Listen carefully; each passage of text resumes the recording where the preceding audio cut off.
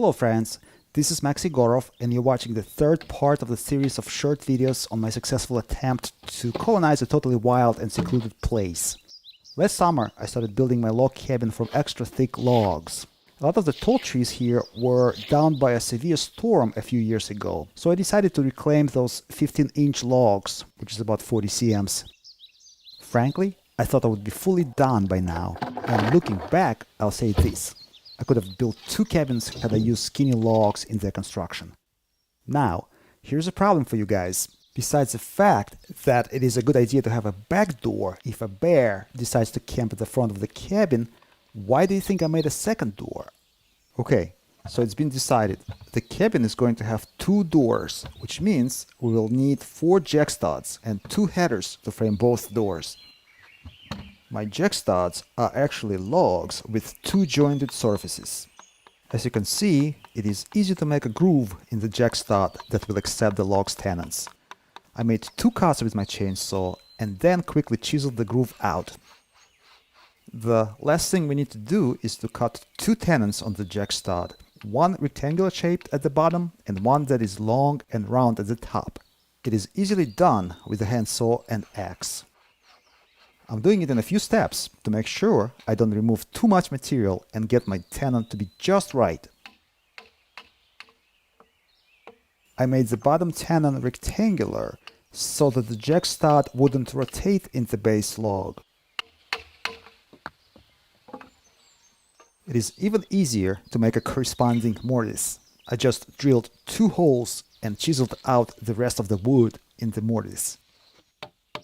As you might have seen in the previous episode, you can easily hammer a square tenon into a rounded mortise. In fact, this is what professional carpenters do all the time.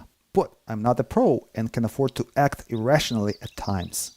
So I took my time and rounded up the tenon, only because I wanted to play with my homemade draw shape I made from a ball bearing. Lastly, I will chamfer the tenon and we are ready to install the jack stud. Note that I cut the jamb and stop for the door from one piece. It is easier to cut a stop separately though and add it later. I just decided to make it all from one piece of log because it is just quicker to do so with my primitive tools. I have installed 3 jack studs and now I will show you the installation process using the 4th one. I used thin logs to make the jack studs and laid moss between all doorway members for better insulation. I was carefully fitting the doorway jack studs as it is easy to break off those tenons. Adding a piece of scrap wood to temporarily hold the jack studs vertically helped. You might have noticed I have made 16 cm 6-inch long round tenons on the top of the jack studs. These extra long tenons will go through the header into the gable's top log. Be ready to reinstall each doorway member a few times, as it is hard to achieve the necessary precision on the first try. To finish the door frames installation, I just need to assemble the gable.